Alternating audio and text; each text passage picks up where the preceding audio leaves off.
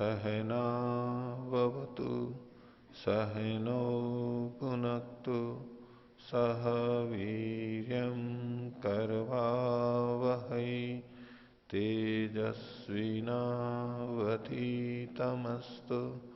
मा विद्विषावहै। ओम शांति शांति शांति। वेदांत दर्शन की 20वीं कक्षा। वेदांत दर्शन के प्रथम अध्याय का तीसरा पाठ चल रहा है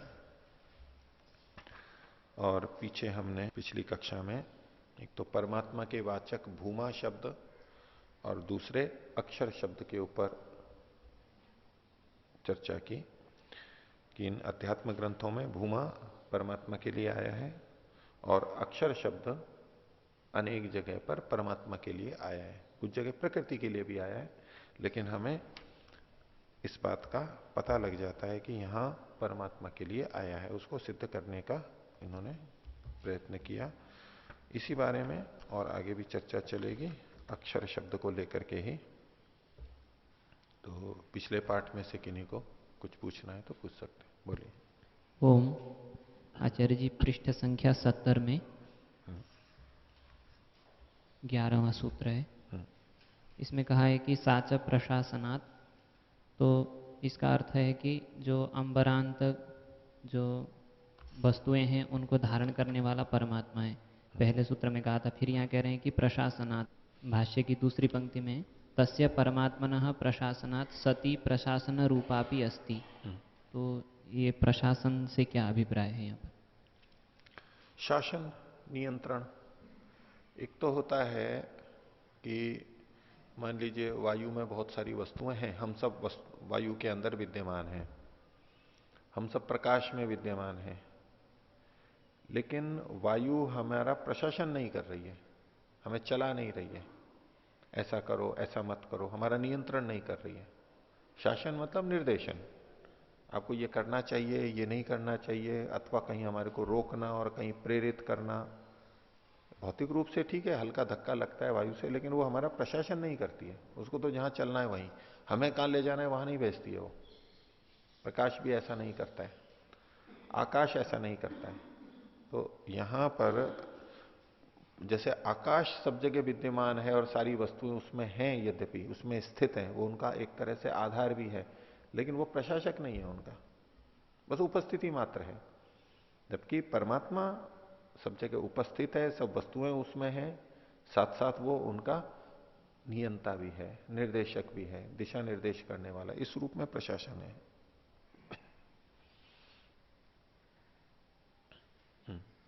और पूछिए। आचार्य जी, तीसरे सूत्र में जो अंत में ऋग्वेद का मंत्र दिया हुआ है, हाँ, तमासी तमसा गुणम अग्रे, इसमें फिर बाद में लिखा है मंत्र देने के बाद अत्रापि तुच्छत्वेन वर्तमान आभु नामक अव्यक्तम कारणम। तो इस मंत्र से ये आभु नामक अव्यक्त कारण कैसे पता चल रहा है, और आभु शब्द का क्या? नहीं, आभू आभू प्रकृति के लिए ही कहा जाता है, तुच्छे न और तुच्छ रूप में, क्योंकि वो अब औरों की अपेक्षा हीन कोटि का है, कम लाभकारक है, जड़ है। उससे आभू पर उसी के लिए कहा जाता है, नाम उसी के लिए है। अनवर्थता तो और देखना होगा, लेकिन आभू है प्रकृति के लिए। तो आभू नामकम अव्यक्तम कारणम, प्रकृति के लिए कहा गया, मूल कारण मूल प्रकृति के लिए कहा गया। हाँ। तो इस मंत्र से ये कैसे पता चला? नहीं, मंत्र से ये नहीं पता लगा। देखो, मंत्र में तो मुख्य रूप से इन्होंने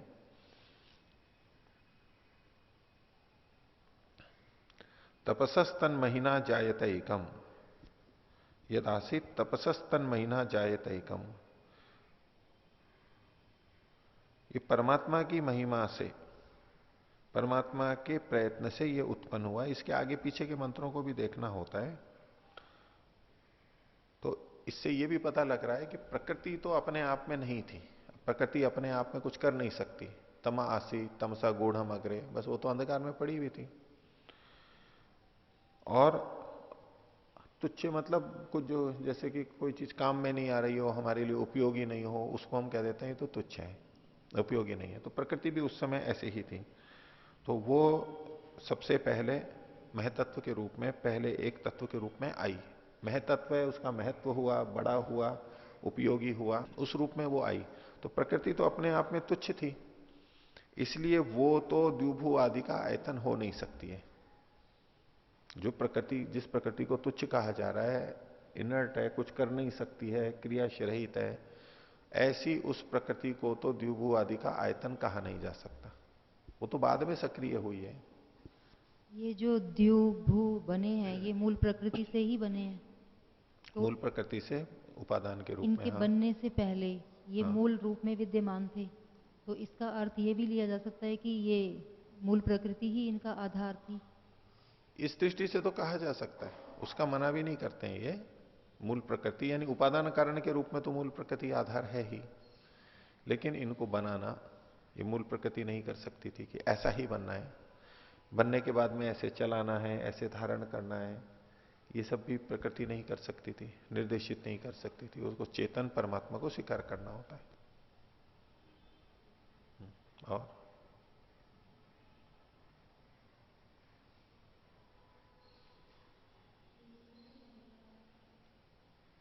सूत्र संख्या 4। प्राण भृत, तो ये जो च है जी, ये प्राणधारी जीव भी, तो ये जो भी है ये प्रकृति के लिए या अप्राण जो सूक्ष्म शरीर है उसके लिए, किसके लिए ये नहीं, समझेंगे? प्राण को धारण करने वाला, यानी ये जो हमारा सांस चल रही है, इसको जो धारण कर रहा है, जीवन जो चल रहा है, वो जीव के लिए है। जीव के कारण ये जीवन चल रहा है। जीव निकल जाता है तो प्राण चलने बंद हो जाते हैं, इस रूप में। पर ये फिर भी बोल रहे हैं कि प्राण भी, प्राणधारी जीव भी, तो भी के साथ हम नहीं, किस भी और दूसरे को ले रहे हैं? भी कहां पर है? ये च, भृत, इसको भृत मतलब तो धारण करने वाला। भृत च, त को तो च हो जाता है। प्राण भृत च, आप इसके विग्रह में देखिए, नीचे टुकड़ा जो कर रखा है ना पहली पंक्ति में कोष्ठक में, प्राण भृत च, ये अपी नहीं है, भी अर्थ नहीं है ये। अच्छा, भ्रिय भरणे, भरण करना, धारण करना इत्यादि इसके अर्थ होंगे, हैं? डुबरीय धारण पोषण यो, तो धारण कर रहा है ये, जो इनको शरीर को धारण कर रहा है, जिसके कारण से प्राण चल रहे हैं, जीवन चल रहा है, उसको प्राणभृत कहते हैं। प्राण को जिसने धारण कर रखा है, प्राणी यूं समझिए। तो प्राणी कौन होता है? जीव होता है, प्राण वाला। भृत शब्द है, भृत। इसके तो लिए और शब्द, इसमें च से लिखा है कि च से न, नहीं का अनुवर्तन है। हाँ, न का अनुवर्तन, जो पीछे न अनुमानम अतः शब्दात में न है। चय का मतलब वैसे तो और होता है, और होता है, लेकिन अगर पिछला वाक्य का हम अनुकरण कर रहे हैं, पीछे वाले को बता रहे हैं, और ये, तो जैसे मैंने उदाहरण दिया था, कुछ और भी ले सकते हैं। राम गांव नहीं जाएगा, और लक्ष्मण भी, और लक्ष्मण, राम गांव नहीं जाएगा और लक्ष्मण, बस इतना है। भी नहीं बोला है, और लक्षण, और लक्ष्मण। तो इस और लक्ष्मण का वाक्य में क्या अर्थ लेंगे? और लक्ष्मण गांव नहीं जाएगा, वो पूरा का पूरा पिछले वाक्य का आगे आ जाएगा, अनुवृत्ति आ जाएगी। तो इसलिए च से पीछे से न लिया है, नहीं तो विपरीत अर्थ हो जाता है इसका। च का मतलब अगर नहीं होता है तो प्राणभृत, प्राणभृत भी, तो यूं थोड़ा ना कहेंगे कि वो आयतन होता है द्विभु आदि का, वो तो परमात्मा सिद्ध करना है इनको। और प्राणभृत जो जीव है वो द्विभु आदि का आयतन नहीं है, ये बताना है, तात्पर्य से ही हमें पता लग रहा है। तो इसलिए च से न का अनुवर्तन किया जाता है। पीछे प्रकरण से जैसे प्रकृति के लिए कहा कि प्रकृति आश्रय नहीं हो सकती है, हाँ, और अब प्राण भृच, तो हाँ, प्रकृति के साथ साथ ये भी इसके लिए बताया जा रहा हो कि प्रकृति तो नहीं हो सकती है, ये भी नहीं है। ये भी नहीं हो सकता है। हाँ, कौन है वो पहले सूत्र में बताया, परमात्मा है। और जो संभावित हैं दो, यानी कुल तीन ही तो चीजें हैं, ईश्वर जीव प्रकृति। द्विभु आदि तो कार्य जगत हो गए, कार्य जगत को तो हम आधार के रूप में लेंगे नहीं यहां पर द्विभू आदि का। इनसे भिन्न कौन कौन हो सकते हैं? तो ईश्वर, जीव और प्रकृति। ईश्वर है ही और दो संभावित है, वो क्यों नहीं हो सकते? उनका निराकरण देखो, ये तो हो ही नहीं सकता, ये तो हो ही नहीं सकता, ये निश्चयात्मक होता है। एक केवल कथन हो कि परमात्मा है, वे दूसरे क्यों नहीं है, जब तक ये नहीं बताएंगे तब तक उतना निश्चय नहीं हो सकता है। और साथ में कह दिया कि ये भी नहीं, देखो ये तो इसलिए नहीं हो सकता, ये तो इसलिए नहीं हो सकता। हम कहें कि यहां पर चूहा दौड़ा है, रोटियां बिखरी हुई हैं, कुछ जो भी, या तो बिल्ली आई है, कोई ना कोई तो आया है यहां पर। अब वो कौन आया है? वो बच्चा भी छोटा चूहा हो सकता है, और भी कोई हो सकता है। तो अब लक्षण देखते हैं कि नहीं ये हो सकता है, ये तो नहीं हो सकता। क्यों नहीं हो सकता? इसलिए नहीं हो सकता, ये तो नहीं हो सकता। जो संभावित है उनको हम हटाते हैं, उसको हटा के एक निश्चित अर्थ तक पहुंच जाते हैं, अधिक दृढ़ता आती है। उस शैली से किया है इन्होंने। तब तो यहाँ भी अर्थ ठीक जा रहा है इस तरह से तो? ठीक है, भी लगा सकते हैं, कोई बात नहीं। लेकिन भी कहने से प्राणभृत जीव भी, आगे का वाक्य नहीं नहीं हो सकता। नहीं आ गया ना उससे। च का मतलब न ये नहीं कह रहे, च का मतलब तो भी ही है, और ही है, और प्राणभृत। वैसे तो और अर्थ है, लेकिन भी में हम हिंदी में भी बोलते हैं। लेकिन इससे न का अनुकर्षण हो जाता है, पीछे से न आ जाएगा। इन्होंने कहा चकारत न इति अनुकृष्यते, यूं नहीं कह रहे हैं कि च का अर्थ न होता है। च के कथन से न पीछे से अनुकृष्ट हो जाता है। ठीक है, चलें आगे।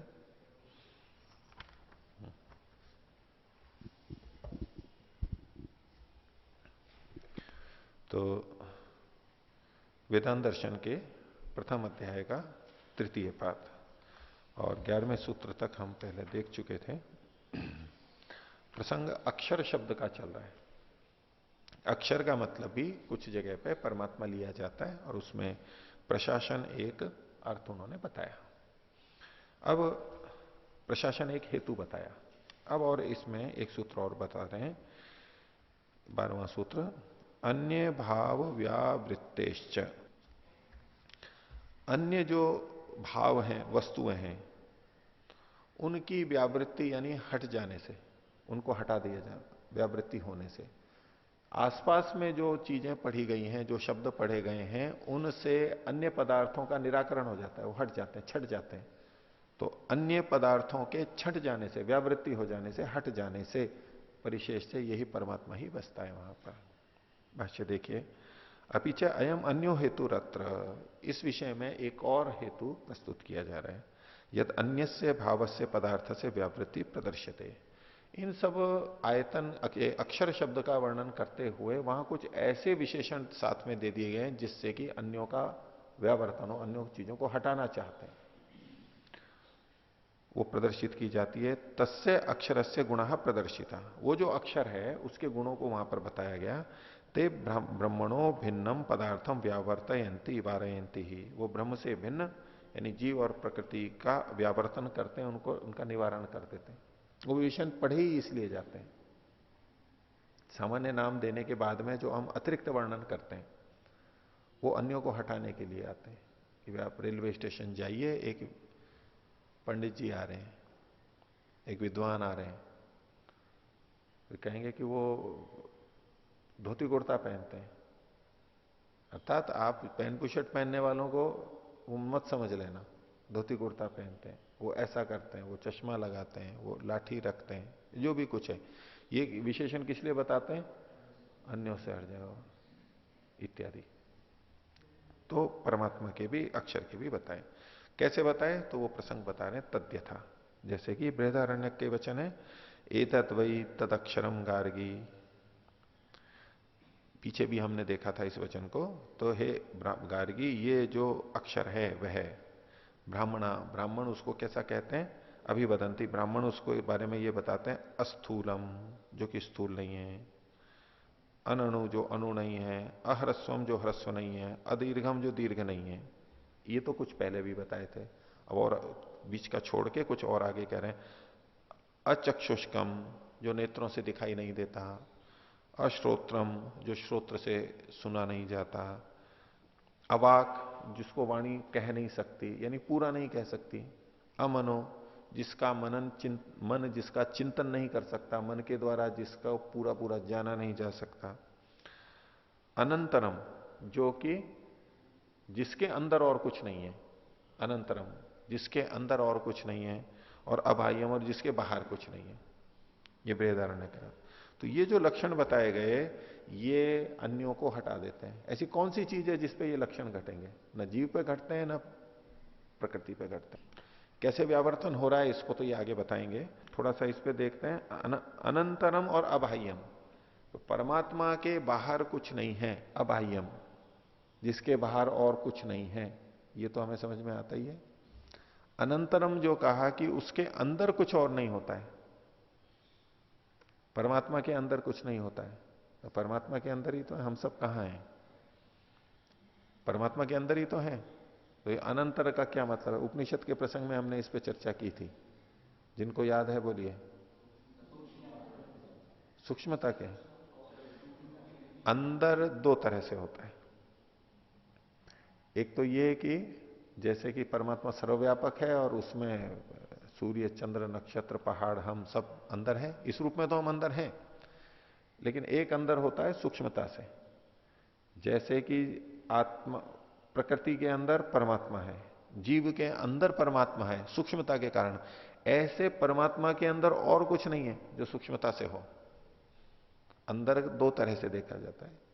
एक तो क्षेत्र की दृष्टि से, तो क्षेत्र की दृष्टि से तो परमात्मा के अंदर है, सारी चीजें अंदर ही हैं। लेकिन यहां का अनंतरम, जिसके अंदर और कुछ नहीं है, उसका मतलब है कि परमात्मा से सूक्ष्म और कुछ नहीं है जो और सूक्ष्मता के कारण उसके अंदर हो। जैसे आत्मा के अंदर परमात्मा होता है, ऐसा कोई नहीं है। तो अनंतरम अबाह्यम। अब ये जो लक्षण बताए गए इस पे आगे कह रहे हैं, तत्र स्थूलत्व सूक्ष्मत्व अभावात न तत्कार्यम न च तत्कारणम अव्यक्तम प्रकृत्याख्यम वस्तु वक्तुम शक्यते। तो यहां पर जो कहा गया था अस्थूलम, तो कहते हैं तत्र स्थूलत्वात, स्थूल होने के कारण से, ये प्रकृति के लिए कह रहे हैं। स्थूलत्व और सूक्ष्मत्व अभावात, स्थूलत्व का अभाव परमात्मा के लिए कह रहे हैं, स्थूलत्व का अभाव और सूक्ष्मत्व का अभाव होने से न तत्कार्यम, न तो वो कार्य हो सकता है। ये दो हेतु हैं, स्थूल नहीं है और सूक्ष्म नहीं है। तो स्थूल नहीं है, इससे तो पता लगा कि वो कार्य नहीं हो सकता है, और सूक्ष्म नहीं है तो न च तत्कारणम अव्यक्तम, वो कारण भी नहीं हो सकता है। कौन कारण? अव्यक्तम प्रकृत्याख्यम वस्तु वक्तुम शक्यते, अल्प विराम। अब यहां जो इन्होंने सूक्ष्मत्व लिख दिया है, इसकी जगह पे अणुत्व होना चाहिए। सूक्ष्मत्व ये फिर गलत अर्थ दे जाएगा। देखिए इसमें जो मूल में लिखा हुआ है वहां भी क्या है? अस्थूलम अनणु, अनणु का है। आप बहुत सी जगह देखेंगे अणोरणीयान, महतो महीयान, तो वहां पर अणु से भी अणु है। इसका मतलब ये नहीं कि क्षेत्र की दृष्टि से वो छोटे से भी छोटा है, ऐसा नहीं है अर्थ वहां पर। वहां अणु का मतलब सूक्ष्म से भी सूक्ष्म है, वहां सूक्ष्म ही अर्थ होता है अणु का।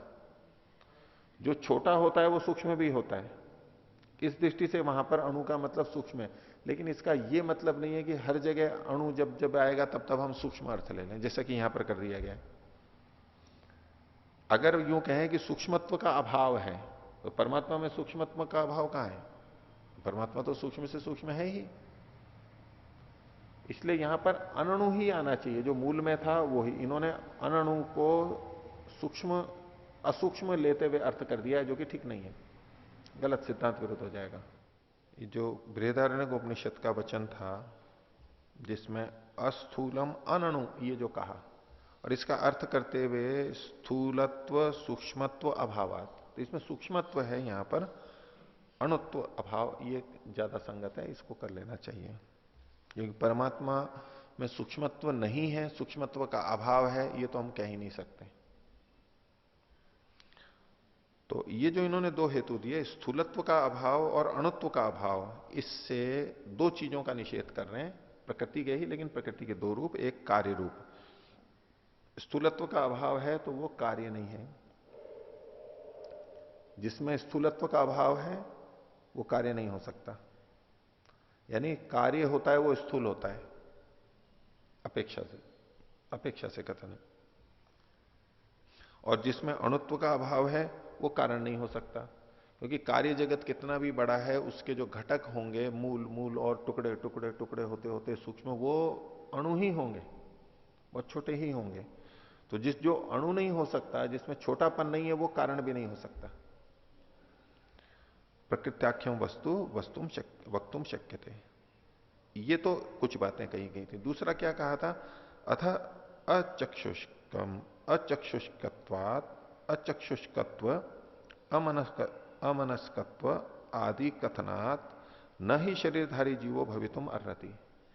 ये आंखों से नहीं जाना जा सकता, ये मन से मनन नहीं किया जा सकता, ये कथन करते हुए शरीरधारी जीव का व्यावर्तन किया गया है, उसकी व्यावृत्ति की गई है। स्थूल और अणुत्व को हटाते हुए तो प्रकृति, स्थूल और सूक्ष्म प्रकृति से इसको हटाया गया है। और न देखा जा सकने योग्य, न सुना जा सकने योग्य, न मनन किया जा सकने योग्य, इससे शरीर जो आत्मा है उससे इसको हटाया गया है। एवं अत्र प्रकृति जीव से व्यावृत्ति स्पष्ट थे। इन विशेषणों से इन दोनों की व्यावृत्ति, प्रकृति की और जीव की व्यावृत्ति हो जाती है।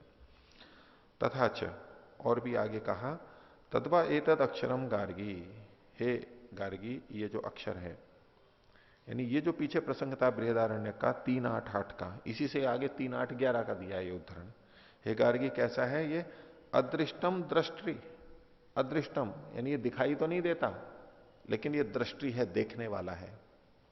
अश्रुतम श्रोत्री, अश्रुतम श्रोत्री, वो सुनाई नहीं देता है लेकिन सुनने वाला है। अमतम मंत्री, वो मनन नहीं किया जा सकता लेकिन वो मनन करने वाला है। अविज्ञातम विज्ञात्री, जो जाना नहीं जा सकता लेकिन वो जानने वाला है। ये जो वचन आया था, तो अत्र अधिष्टादिक्तांत प्रयोग ही शारीरो व्यावर्त्यते।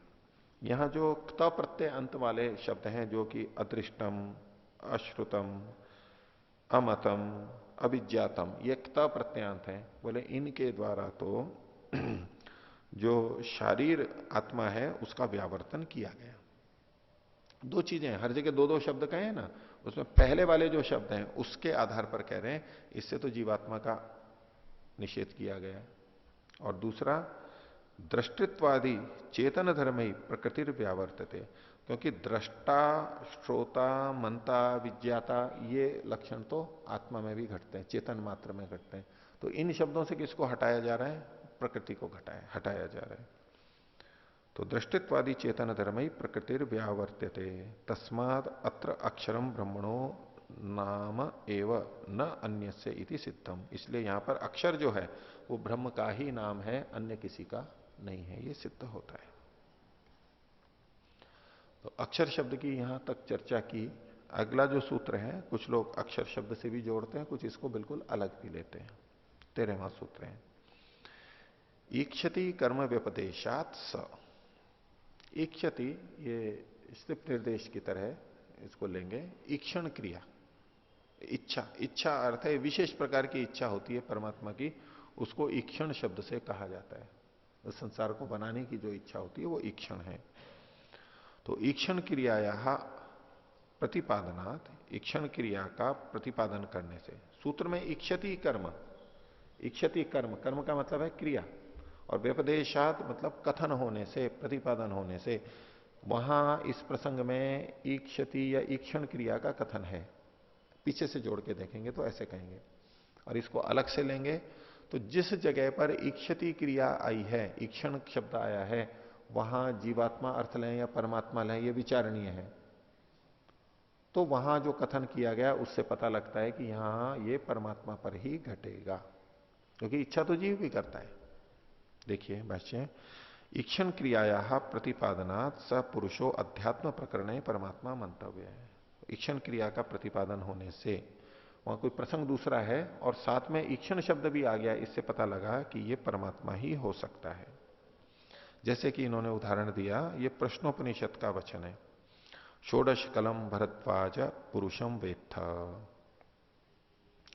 कि ये जो पुरुष है इसको 16 कलाओं वाला जानो। ये एक वचन हुआ, एक पहली बात हुई। ये प्रश्नोपनिषद के 6ठे प्रश्न के अंतर्गत है। ये षोडश कला 16 कलाओं वाला पुरुष कौन सा है, ये जानने के लिए। तो ये छठे प्रश्न का है, और वेत्थ यहां तक है, ये पहला वाला है, पहले का भाग है, छठे का ये पहला। और दूसरा आगे है इहैव अंतः शरीरे सौम्य, उत्तर दे रहा है कि हे सौम्य, ये इहैव इसी शरीर के अंदर है, स पुरुषो, वह पुरुष यही अंदर है, यस्मिन एता षोडश कला प्रभवंती, जिसमें ये 16 कलाएं उत्पन्न होती हैं, प्रभवंती उत्पन्न होती हैं। तो जो आगे लिखा है प्रश्नोपनिषद 6:2, तो यहां पर 6 के बाद में जो खड़ी पाई ऑब्लिक है, 2 से पहले एक और लिख लीजिए, 1 रेखा 2, 1 और 2 दोनों का ये एक एक अंश लिया हुआ है। तो 16 कलाएं, 16 कलाएं मतलब 16 प्रकार के गुण, अंश, एक एक, जैसे चंद्रमा की एक एक कला होती है, एक एक अंश होता है, 15 दिन में वो पूरा हो जाता है, 14 कलाएं, 13 कलाएं, 12 कलाएं, ऐसे 16 कलाएं। तो हमारे यहां पर 16 कला अवतार, षोडश कला अवतार और चतुर्दश कला अवतार, 2 अवतार माने जाते हैं। कृष्ण जी 16 कला अवतार और रामचंद्र जी 14 कला अवतार, 2 कलाएं कम थी रामचंद्र जी में, ऐसा माना जाता है। कृष्ण जी में 16 कलाएं थी, 16 गुण थे, ऐसा। दोनों का जो अवतार मानते हैं वो इस तरह के शब्दों का प्रयोग करते हैं। तो ये 16 कलाओं का उल्लेख इन शास्त्रों के अंदर भी आता है। सचते च षोडशी, वो मंत्र है, सचते स षोडशी, वहां भी 16 कलाओं का वर्णन आता है। उसमें परमात्मा का आर्यभि ने भी महर्षि ने अर्थ किया है इसका, यहां तक मेरे को ध्यान आ रहा है।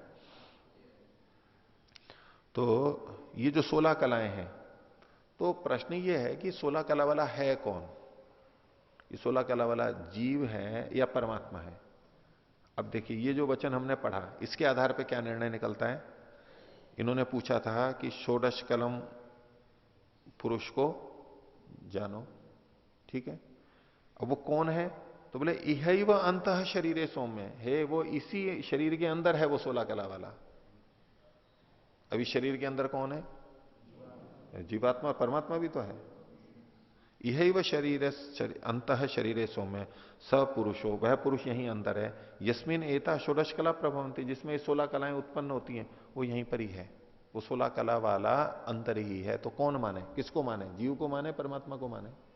ये प्रश्न खड़ा हुआ, संशय तो हुआ ना। तो आगे देखिए, बोले अत्र शरीरांतरवर्तीत्वात जीवो न संदेह, शरीर के अंदर रहने के कारण से जीव का संदेह भी नहीं करना चाहिए। क्यों नहीं करना चाहिए? यतो ही अग्रे तस्य इक्षित्रित्व प्रतिनिर्दिश्यते, क्योंकि वहां इससे आगे ही उसका, जो ये षोडश कला वाला शरीर में कहा गया है, उसका ईशित्रित्व कहा गया है। कैसे? तो वो ये छठे का ही तीसरा, अभी हम देख रहे थे 6, 1 और 2, उससे अगला ही तीसरा है। तो स ईक्षान चक्रे, उसने इच्छा की, ईशान चक्र शब्द आया। और ईशान चक्र किस संदर्भ में लिया जाता है? तो उसके लिए इन्होंने ऐत्रेय का वचन दिया है आगे, स ईक्षत लोकानुसृजायति, उसने ईक्षण किया कि मैं विविध लोकों को उत्पन्न कर दूं, वो ईक्षण है। जीवात्माओं का जो होता है वो ईक्षण नहीं कहलाता है, उसको सामान्यतया इच्छा कहते हैं। प्रीति है, इच्छा है, प्रेरणा, जो भी कहें इच्छा कहते हैं। परमात्मा के लिए इच्छा शब्द भी है, लेकिन वो ईक्षण शब्द विशेष रूप से प्रयोग किया गया है। जहां जहां आया है वो परमात्मा की दृष्टि से है। तो अत्रापि इच्छति कर्म परमात्मना एवं प्रतिपादितम, इच्छति कर्म यहां परमात्मा के लिए ही प्रतिपादित है। तो चूंकि ये षोडश कला वाला वर्णन आया 6:2 में, और उसके बाद में ही स ईक्षान चक्रे कहा गया, तो सह मतलब वही पुरुष, और इच्छा सृष्टि के निर्माण से संबंधित परमात्मा की ही होती है। इसलिए ये 16 कला वाला पुरुष कौन है? जीवात्मा ही है, नहीं परमात्मा ही है, जीवात्मा नहीं, परमात्मा ही है। ये इनका प्रतिपादन है। अब आपको वर्णन मिलेगा 16 कलाओं वाला, जैसे कि श्री कृष्ण के लिए कहा गया, तो जीव हो गए, परमात्मा नहीं। जीवों के लिए भी 16 कलाओं का कहा गया। तो 2 तरह से अर्थ होते हैं। 16 कला वाला, मैं एक शब्द बोलता हूं, उसका अर्थ बताना। जूते वाला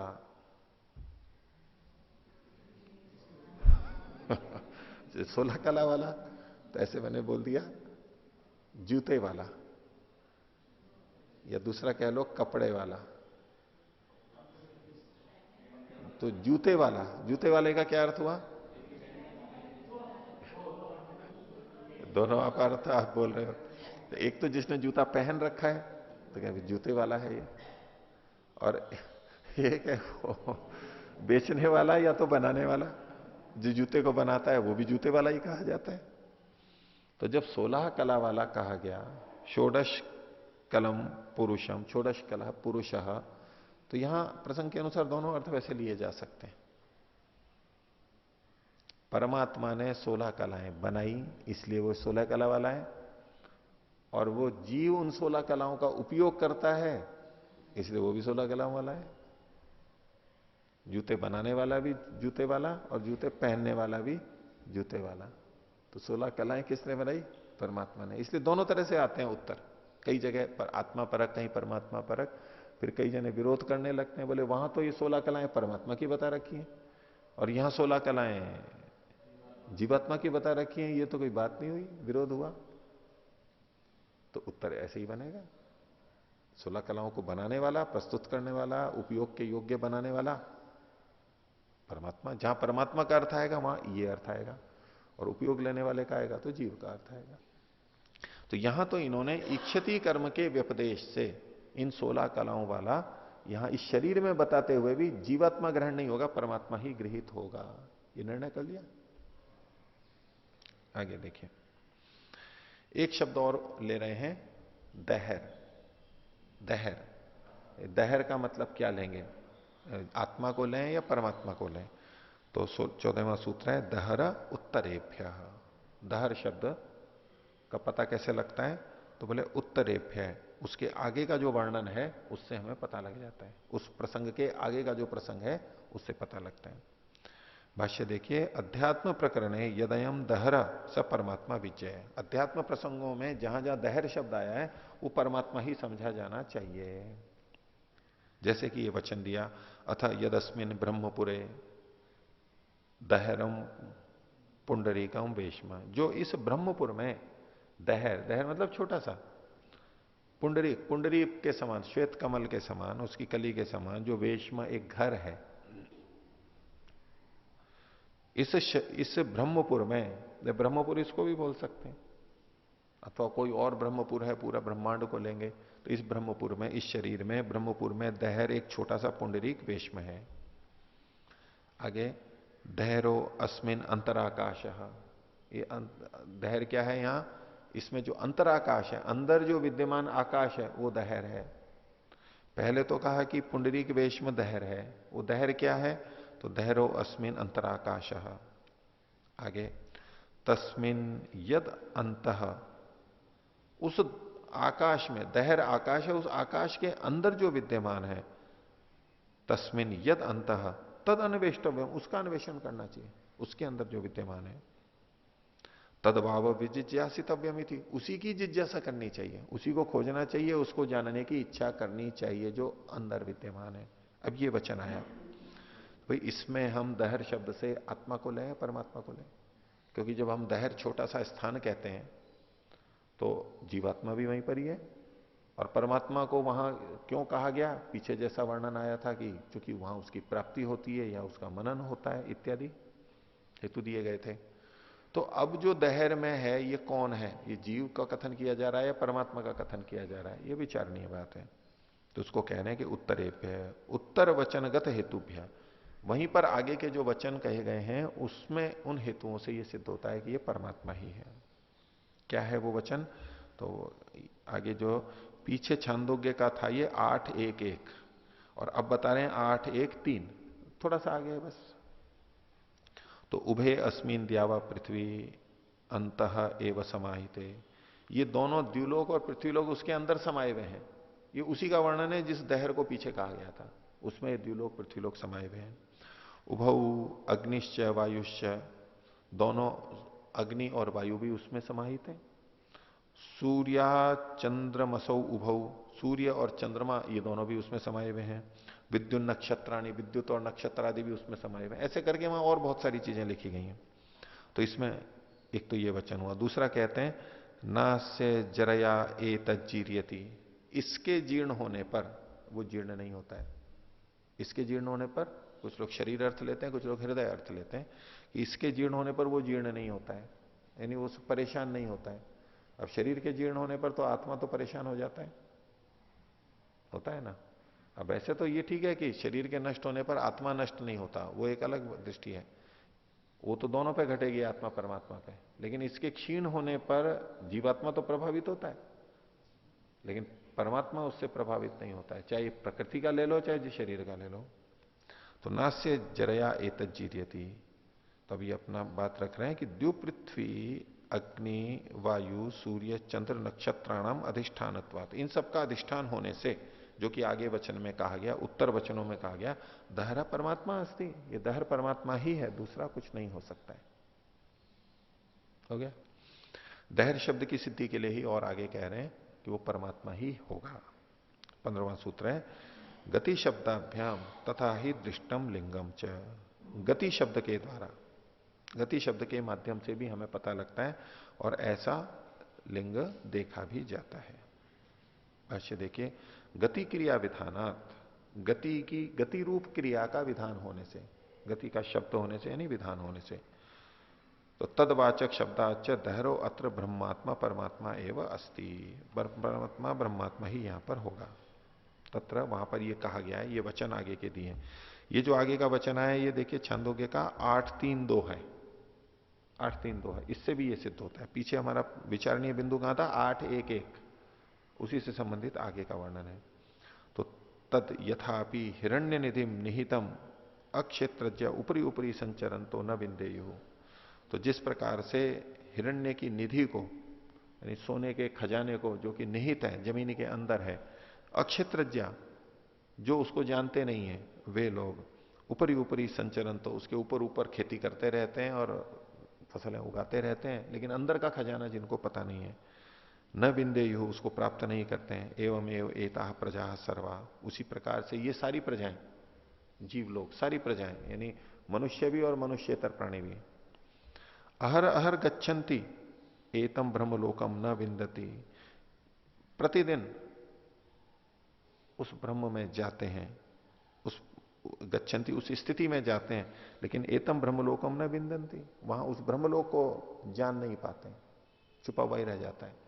गच्छन्ति का मतलब है यहां पर सुषुप्ति में जाते हैं, सोते हैं।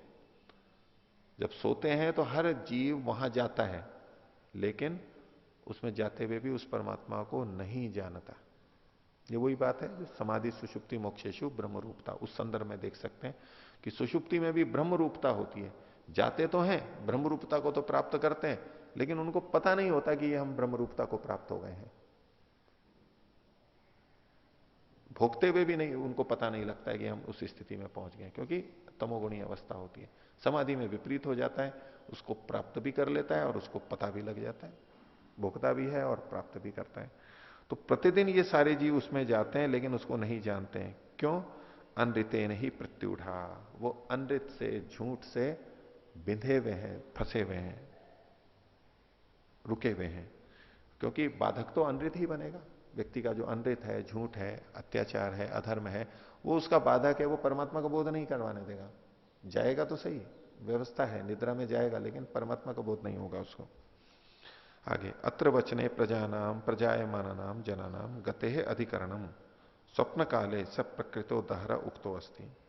तो इस वचन में प्रजाओं का, यानी जो उत्पन्न होती है, नष्ट होती है, उनका, उनकी गति का अधिकरण स्वप्न काल में वह प्रकृत दहर को कहा गया है कि स्वप्न होते होते वो कहां जाती हैं, उसी दहर में जाती हैं। तो गति शब्द से, और तद भिन्नो ब्रह्मात्मा परमात्मा ही वह स्वाप काले अध्याश्रयो भवितुम अर्हति। तो जो जीवों की गति होती है स्वप्न में, प्रकृतो दहरो उक्तोस्ति, यदि ही दहरो जीव स्यात्, अगर यूं कहें कि दहर का मतलब जीव लिया जाए, तो तथा कथम जीवानाम गते अधिकरणम उच्यते, तो जीवों के गति का अधिकरण वो जीव ही कैसे कहा जाएगा कि सब प्राणी उसमें जाते हैं। जाते हैं मतलब उसमें आश्रित होते हैं, उसमें आश्रय लेते हैं निद्रा के समय में। तो जीव ही जीव में जाए, ये तो कोई कथन बनता नहीं, दूसरे में ही जाएगा, और वो दूसरा फिर परमात्मा ही हो सकता है।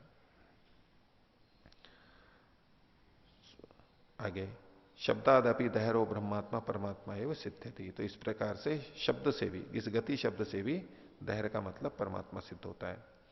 यदत्र ब्रह्मलोक शब्दों विद्यते, यहां जो वचन किया था इन्होंने कि गच्छन्ति एतम ब्रह्मलोकम न विंदन्ति, इस ब्रह्मलोक को प्राप्त नहीं करते हैं, तो उसके लिए कह रहे हैं कि यहां जो ये ब्रह्मलोक शब्द कहा गया, विद्यते ब्रह्मैव लोको ब्रह्मलोक, ब्रह्म ही लोक है, वो ब्रह्मलोक है, यानी ब्रह्म ही स्वयं में अपने आप में एक लोक है, कोई और लोक नहीं है, ब्रह्म ही है। यहां पर ब्रह्मलोक का मतलब ब्रह्म ही है। न तो जीव लोक पठित, अगर जीव में जाना होता उसको स्वयं ही स्वयं में, अन्य नहीं होता तो जीव लोक पढ़ देते वो, लेकिन ऐसा नहीं पढ़ा है। तथा ही दृष्टम लिंगम च, ऐसा ही लिंग भी देखा जाता है। तो गति शब्द से पता लग गया।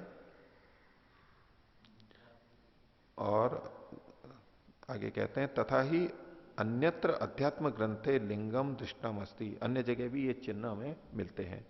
यत स्वाप काले जीवानाम गतिर ब्रह्म परा अभिधीय माना दृश्यते, स्वप्न के समय में, स्वप्न का मतलब यहां पर है निद्रा, निद्रा के समय में जीवों की जो गति है वो ब्रह्म परक होती है, वो ब्रह्म में लीन होते हैं, ब्रह्म जैसे होते हैं।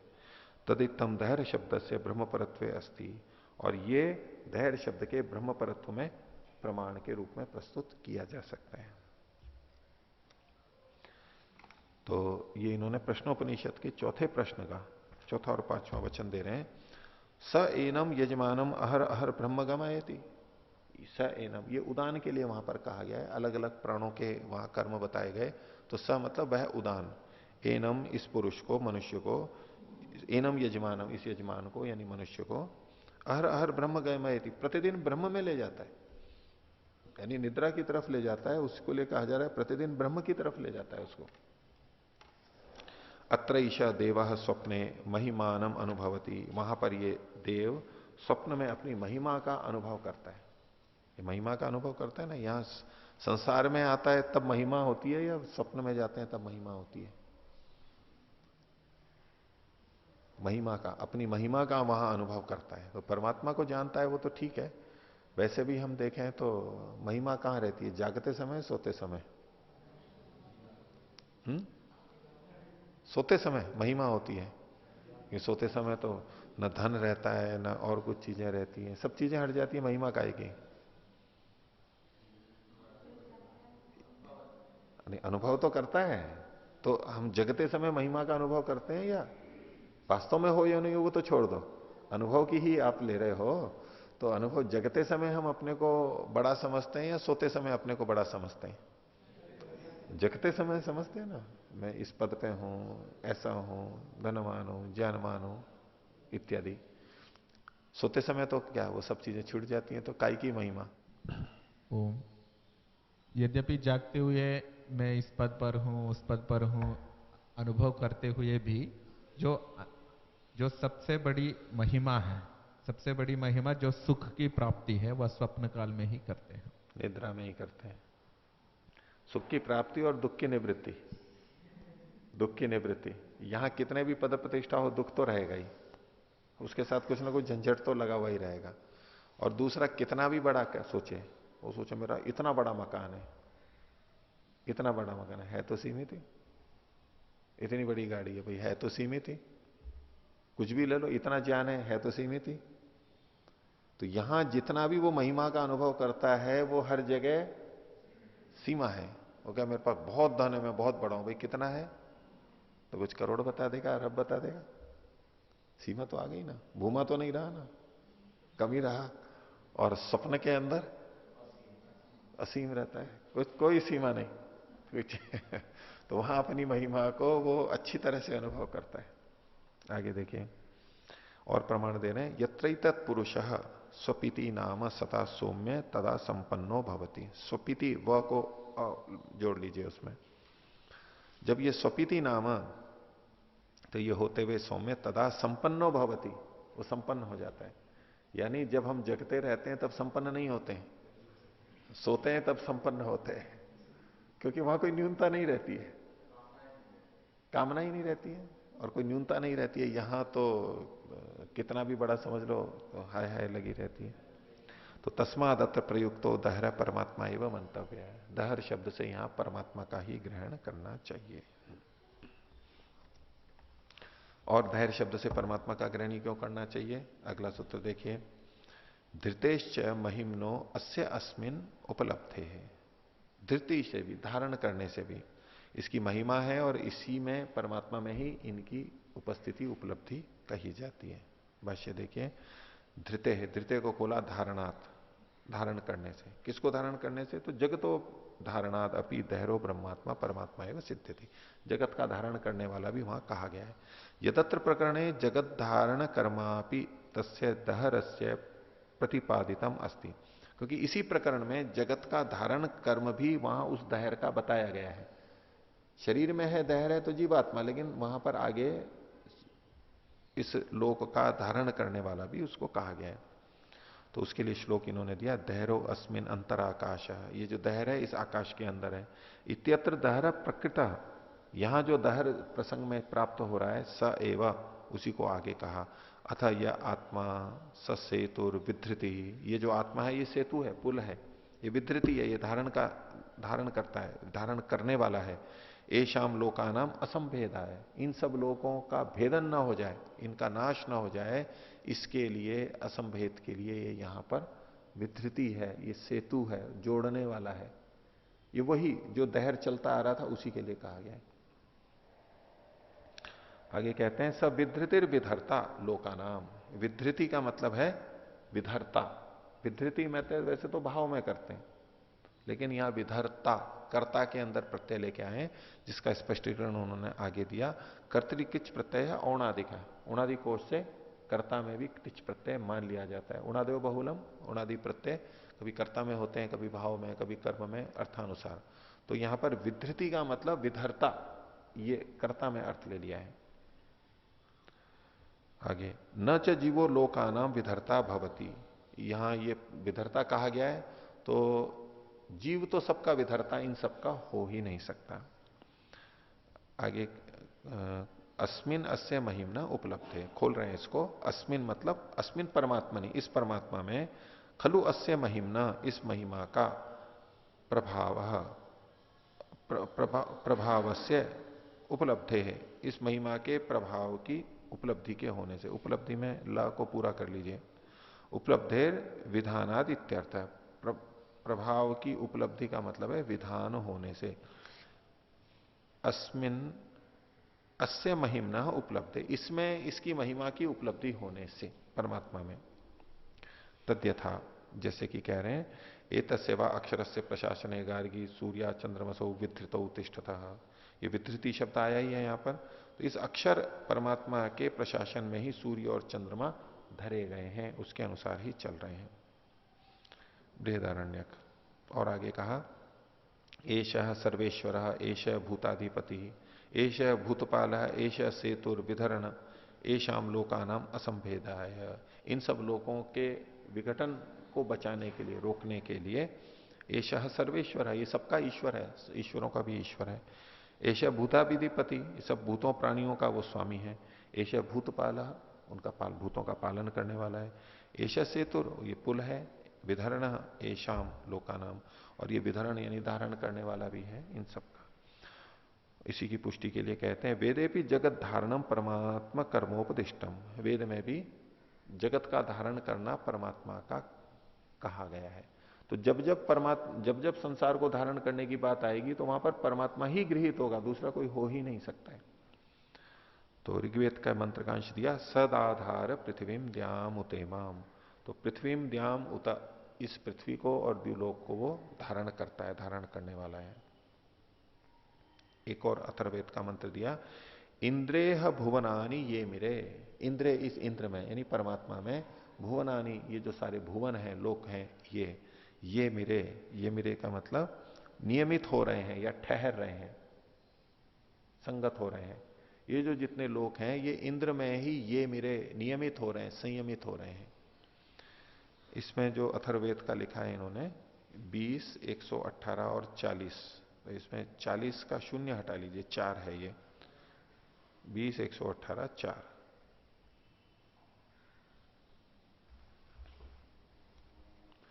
आगे और इसकी सिद्धि के लिए बात कर रहे हैं, तो 17वां सूत्र है, प्रसिद्धेश्च, प्रसिद्ध होने से भी। ये जो दहर है, ये आकाश है, ये परमात्मा ही, ये प्रसिद्ध भी है। कैसे बताएंगे, ये अयम अत्र दहर आकाश परमात्मा वर्णित, दहर में जो ये आकाश परमात्मा कहा गया है, सो अन्यत्र अध्यात्म ग्रंथे आकाश नामना प्रसिद्ध, वो दूसरी जगह आकाश के नाम से भी कहा गया है। दहर में जो आकाश है, स्थान है, इस छोटा से में जो स्थान है, तो आकाश शब्द भी परमात्मा के लिए कहा गया है, उससे पुष्टि कर रहे हैं। तथ्यथा को ही एव अन्यात कह प्राण्यात यदेश आकाश आनंदो न स्यात्, ये कौन जी सके, कौन चल सके यदि ये आकाश आनंद स्वरूप आकाश ना हो। तो ऐसा आनंद आकाश होना स्यात्, यहां भी देखो आनंद शब्द पढ़ दिया है, इससे पता लग जाता है। ये तैत्तरीय उपनिषद का है। छंदोग्य का कहा आकाशो हवई नाम रूपयोर निर्वहिता, आकाश ही ये है जो नाम और रूप का वहन करने वाला है, नाम देने वाला है, और विभिन्न जो रंग रूप हैं उनको भी उस रूप में प्रकाशित करने वाला है, वो आकाश है। अब यहां आकाश का मतलब जड़ आकाश तो ले ही नहीं सकते, जड़ आकाश नाम कैसे रखेगा, और जड़ आकाश सबके रूप कैसे लाएगा। तो नाम और रूप को जो रखने वाला है वो आकाश परमात्मा ही गृहित हो सकता है। तो आकाशो हवई नाम रूपयोर निर्वहिता, ये छांदोग्य का वचन है। और वेद में भी कहा है, ऋग्वेद का एक मंत्र दे रहे हैं, पीछे भी आया था ये, ऋचो अक्षरे परमे व्योमन यस्मिन देवा अधिविश्वे निषेधु। तो ऋच ऋक का बहुवचन है, तो ऋचाएं यानी तो चार वेद, सारी जितनी भी ऋचाएं हैं या चारों वेद हैं, उन वेदों से प्रतिपादित जो है अक्षरे परमे व्योमनि, उस अक्षर परम व्योम के अंदर, ये व्योम मतलब तो ईश्वर है, नष्ट ना होने वाला जो सबसे बड़ा व्योम है, उसमें यस्मिन विश्वे देवा अधिनिषेधु, जिसमें सारे के सारे देव, देव का मतलब यहां पर पृथ्वी सूर्य आदि देव, निषेधु वहां पर निषीदंती रहते हैं, ठहरते हैं, जिसमें रहते हैं। तो यहां पर भी उसी व्योम में परमात्मा आकाश व्योम में यानी आकाश में ईश्वर में इन सब को स्थित बताया गया है। तो ये तो बहुत प्रसिद्ध है कि आकाश शब्द परमात्मा के लिए आता है। तो यहां पर अक्षर शब्द भी, दहर शब्द भी, दहर शब्द भी परमात्मा के लिए बताया गया है। तो आज का पाठ इतना ही रखते हैं। किसी को कुछ पूछना है, बोलिए। ओम।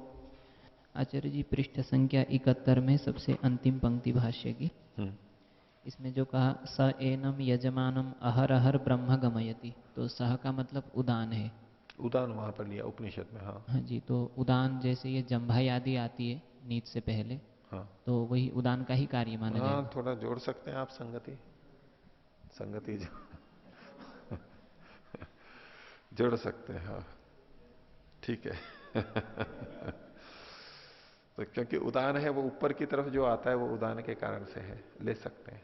लेकिन इसका कोई, इस समय को सीधे सीधे तो ध्यान नहीं आ रहा, कहीं वर्णन भी होगा उसमें।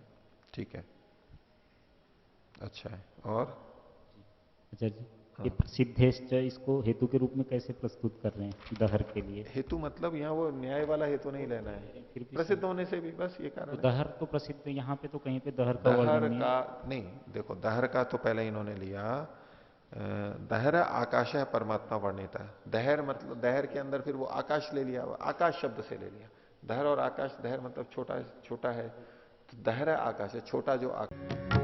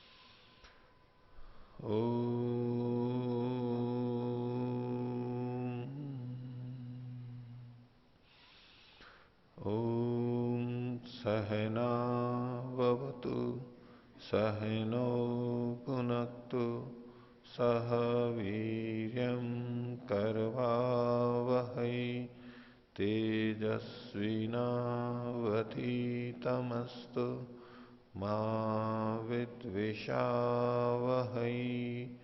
ओम शांति शांति शांति।